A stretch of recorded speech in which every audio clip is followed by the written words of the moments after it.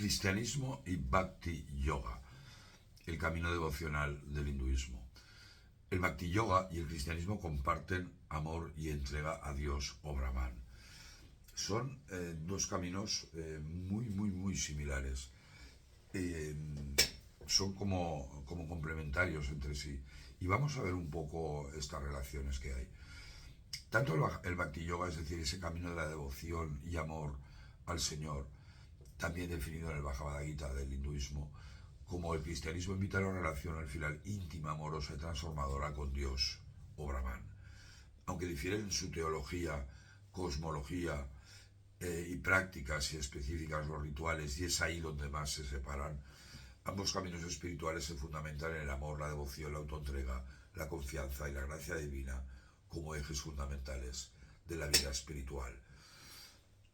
Y os quería leer una frase de Sri Ramakrishna Paramahansa, si no lo conocéis aquí lo podéis ver, que decía que Jesús fue uno de los más grandes Bhakta Yogis de la historia de la humanidad, y os leo.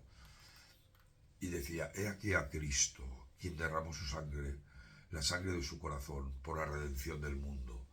Él es el maestro yogi, quien está en eterna unión con Dios. Es Jesús, el amor encarnado. Y Jesús también inspiró a Gandhi, que sentía amor por Jesús, y decía: cuando leí el Sermón de la Montaña, empecé a entender las enseñanzas del cristianismo.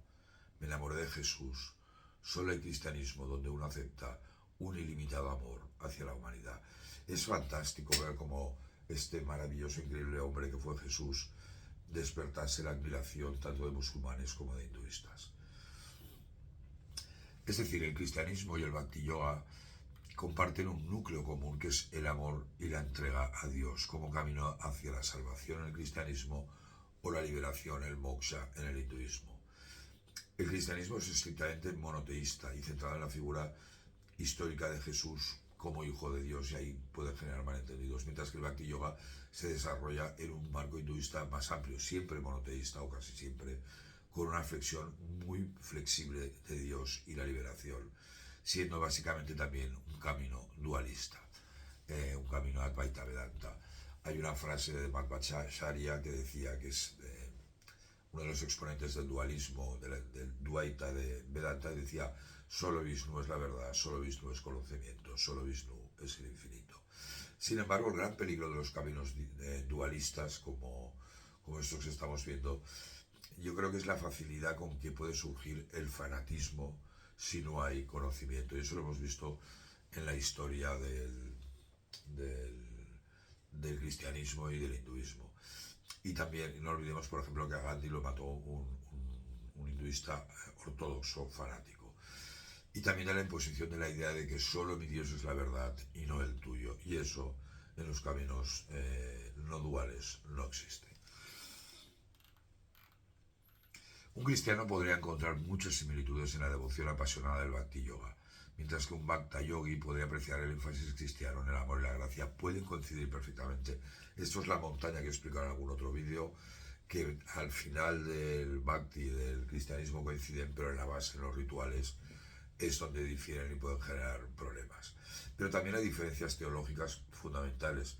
Por ejemplo, la exclusividad de Cristo, el concepto de Hijo de Dios en el cristianismo, o el tema de la reencarnación y los ciclos, los kalpas del hinduismo, que marcan unas diferencias muy importantes.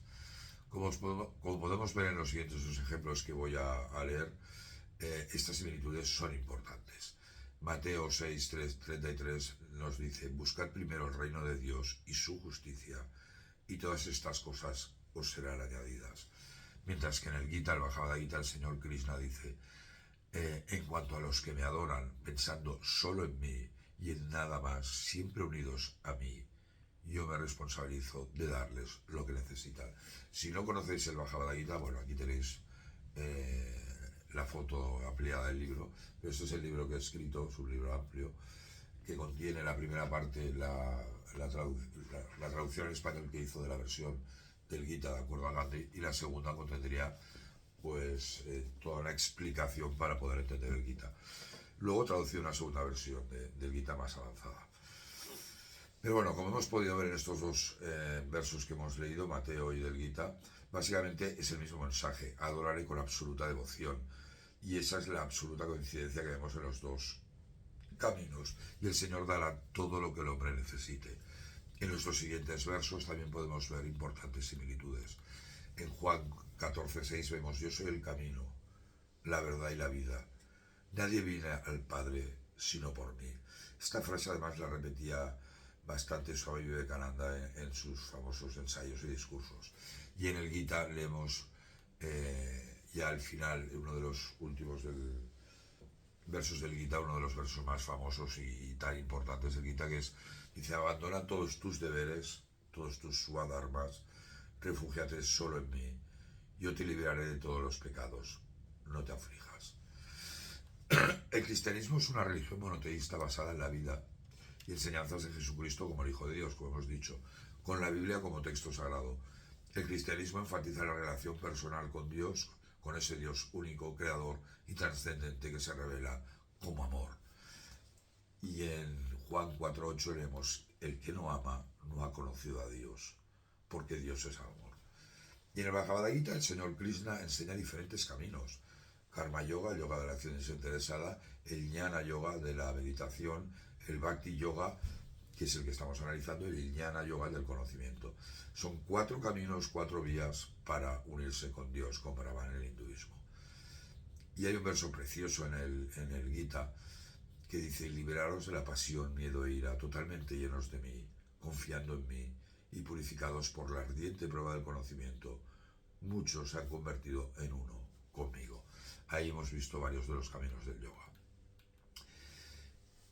Había Swami Vivekananda, que era el maestro, el discípulo de Ramakrishna que he comentado antes, tenía la necesidad de ver a Dios y recorrió toda Bengala en India preguntando a los maestros y a los swamis y a los pandits si habían visto a Dios, y nadie le dijo que había visto, pero le hablaron de un letrado monje, y fue a verlo y le preguntó: maestro, ¿ha visto a Dios?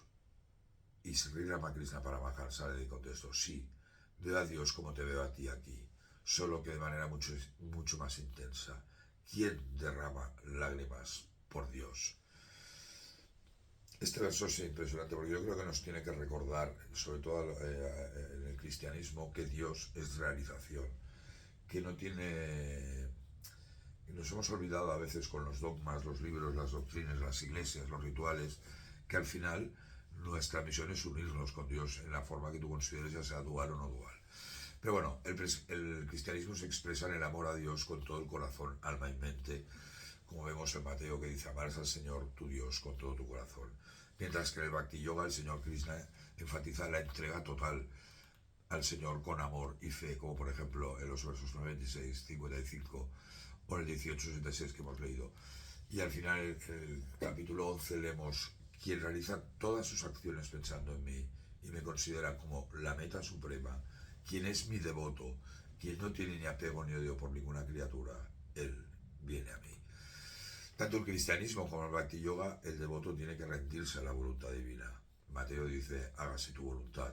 Mientras que en el Gita Krishna nos aconseja a Krishna abandonar todos los apegos y deberes, todos los swadharmas, y refugiarse en él. Al final son dos vías totalmente compatibles, son, yo creo, dos diferentes caras de la misma moneda.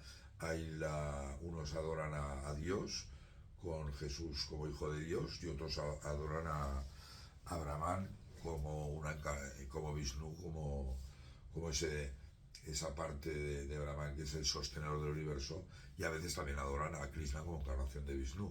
Pero al final son caminos devocionales, son caminos en el que la devoción, el sentimiento prima más que el conocimiento, de ahí pueden surgir riesgos, pero que son dos vías maravillosas, y el Islam también es otra vía. O sea, yo creo que la vía esta devocional es la que practica la inmensa mayoría de la humanidad, ya sea bajo la forma del cristianismo, del Bhakti Yoga o del Islam. Muchísimas gracias, soy Pedro Nonell, he traducido 2 versiones del Gita, la obra de Vivekananda, y si te ha gustado este vídeo, compártelo, dale un like, suscríbete y comenta lo que quieras, porque cuanto más comentemos, más sabremos. Muchísimas gracias, Namaste.